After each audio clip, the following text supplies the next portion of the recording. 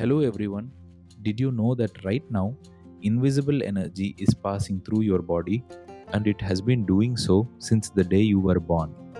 Today we are going to understand this invisible force, exploring the physics, biological impact, and global management of ionizing radiation. The average human is exposed to an inescapable natural baseline of radiation every single year.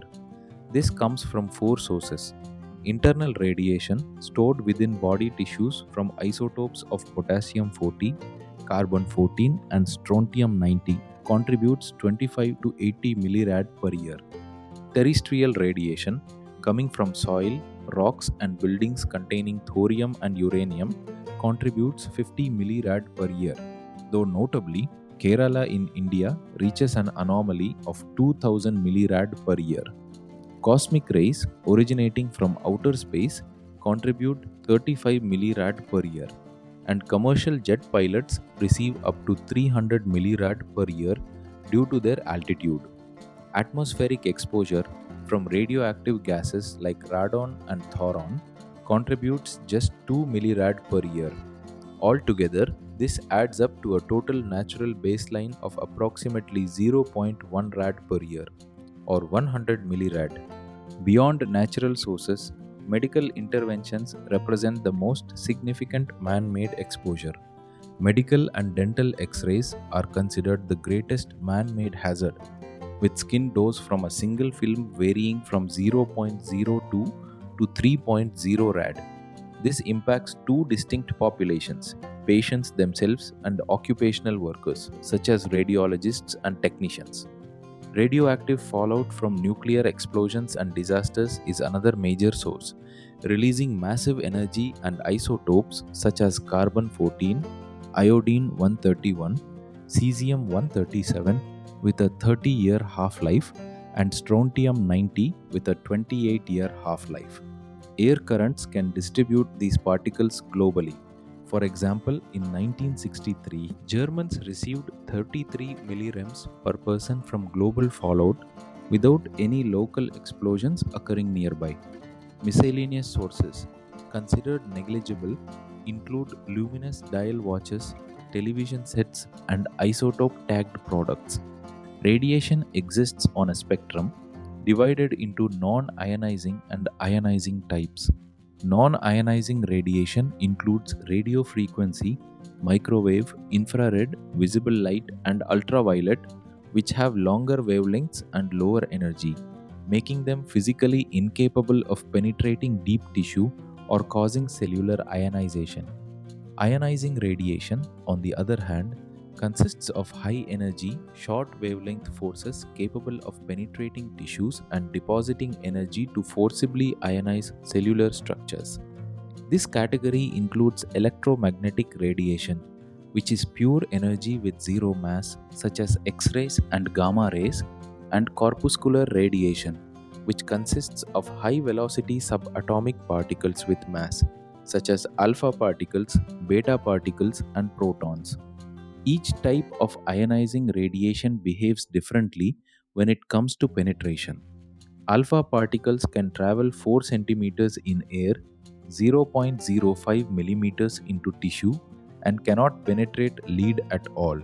However, they are biologically 10 times more harmful, making them a massive internal hazard despite being easily stopped physically.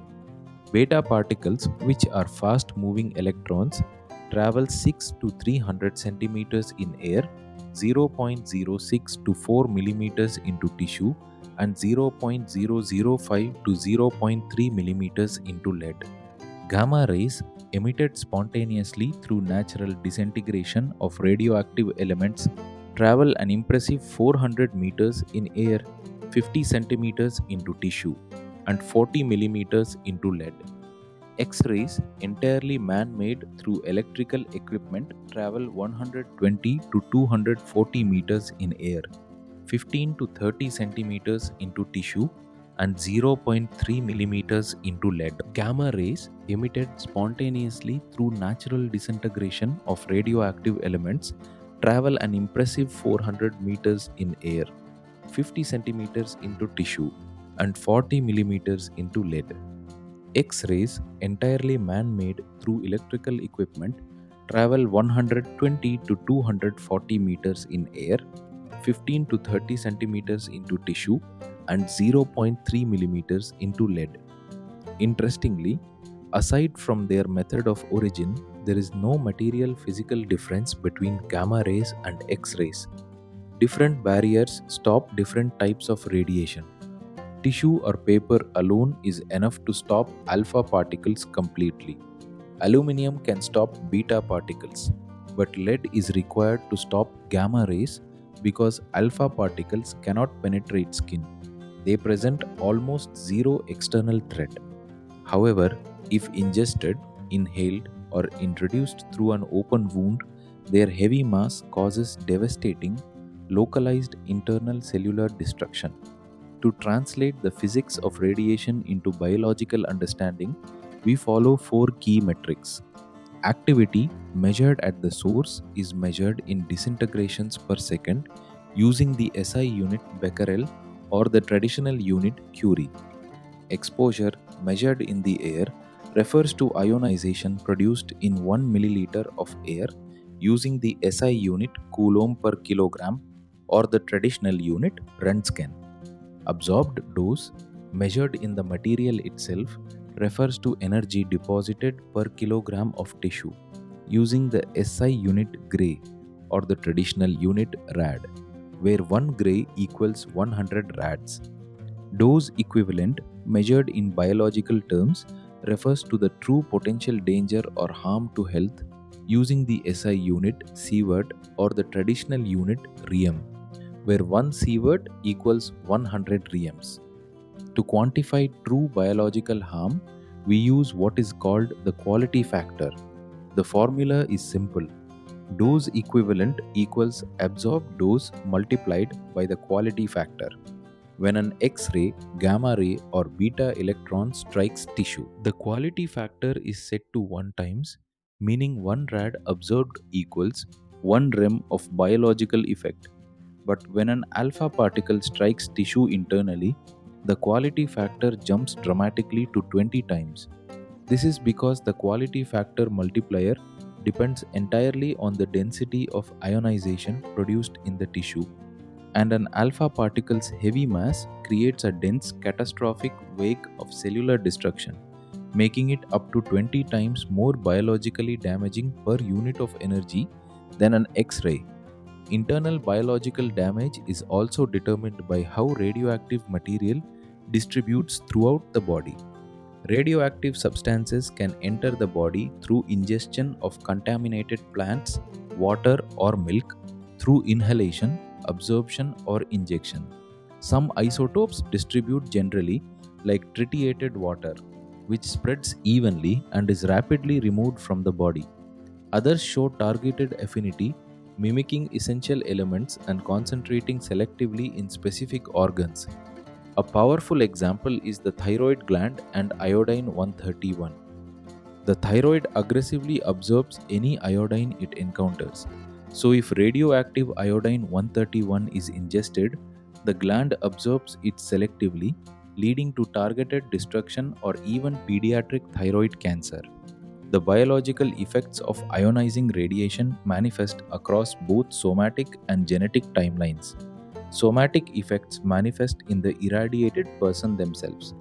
These can be immediate, such as radiation sickness or acute radiation syndrome, or delayed and chronic, including impacts on the hemopoietic system, such as leukemia, carcinogenesis, particularly involving thyroid cancers, fetal developmental abnormalities from antenatal exposure, and shortening of overall lifespan. Genetic effects, on the other hand, manifest in remote offspring through chromosome mutations associated with sterility or point mutations that directly alter genes passed down to descendants. Acute radiation syndrome scales rapidly from invisible cellular changes to systemic failure, depending on dose. Below 5 rad, there are no immediate observable effects. Between 5 and 50 rad, slight blood changes become detectable through medical evaluation.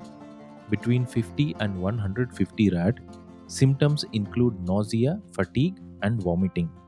Between 150 and 1100 rad, severe blood changes occur, and at the 300 to 500 rad range specifically, 50% mortality occurs within 60 days due to bone marrow destruction requiring isolation, antibiotics, or bone marrow transplants as treatment. Between 1100 and 2000 rad, mortality reaches 100% within 1 to 2 weeks as the gastrointestinal system is completely destroyed and medical care can only offer comfort. Beyond 5000 rad, central nervous system failure occurs, resulting in loss of control over breathing and circulation, leading to instant, irreversible collapse. Radiation hygiene relies on stringent physical barriers and lifetime exposure limits to keep people safe. The physical shield involves lead shields and aprons, at least 0.5 millimeters of lead, which reduce scattered X-ray intensity by over 90% and are mandatory for all regularly associated workers. Occupational surveillance requires workers to wear thermoluminescent dosimeter badges to track accumulated exposure, along with periodic medical exams, regulated working hours, enforced holidays, and minimized investigative radiology during pregnancy. The limits established by ICRP guidelines restrict additional permissible dose from man-made sources to less than 5 rad per year, with a genetic dose limit for the general population set at less than 5 rems over 30 years, excluding natural baseline exposure. Global regulatory bodies oversee radiation safety worldwide. The International Commission on Radiological Protection formulates the foundational scientific recommendations on safe radiation dose levels for both occupational workers and general civilian populations. The International Atomic Energy Agency oversees safe operation codes for nuclear power plants, sponsors global symposia on radioactive waste disposal, and promotes the peaceful, non-hazardous use of atomic energy. The World Health Organization monitors and establishes permissible radiation levels in global drinking water supplies and oversees international public health infrastructure protocols. Nuclear waste containment follows a structured architecture based on radioactivity level.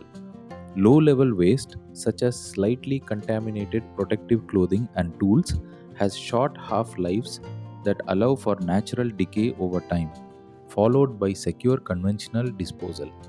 Medium-level waste, consisting of aqueous mixtures and contaminated liquids, is concentrated through ion exchange using ferric hydroxide floc to absorb radioactive metals, and the resulting concentrated sludge is placed in metal drums and permanently solidified with cement.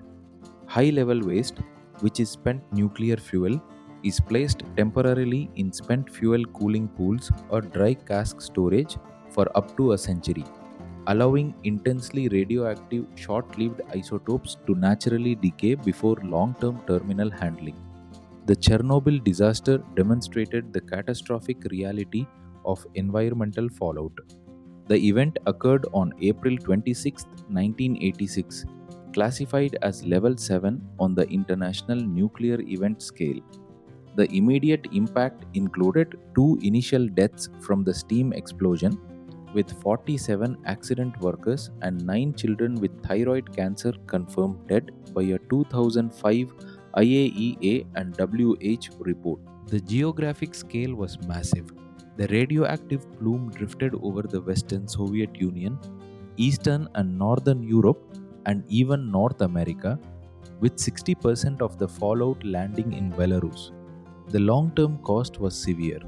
336,000 people were evacuated, and an estimated 4,000 to 9,000 extra cancer cases occurred among the 6.6 million people exposed nearby. Even today, the exclusion zone remains strictly off limits, although broader affected areas are now mostly considered safe for settlement. Ultimately, radiation should be understood as a continuous environmental system, moving through 4 stages. Generation forms the baseline, where natural sources like cosmic and terrestrial radiation merge with man-made outputs from medical and nuclear activities. Transmission represents the threat as ionizing waves and corpuscular particles penetrate air and tissue based on their energy levels. Interaction represents the impact, involving biodistribution, organ affinity such as the thyroid, somatic damage, and acute radiation syndrome. And containment represents the solution through lead shielding, vitrification, dry casks, and deep geological isolation. Ultimately, radiation is an omnipresent natural system that human intervention can either catastrophically destabilize or safely balance through rigorous containment engineering. Hope you have understood about ionizing radiation, its biological impact, and global waste management. If you found this video useful, please share with your friends. Thank you.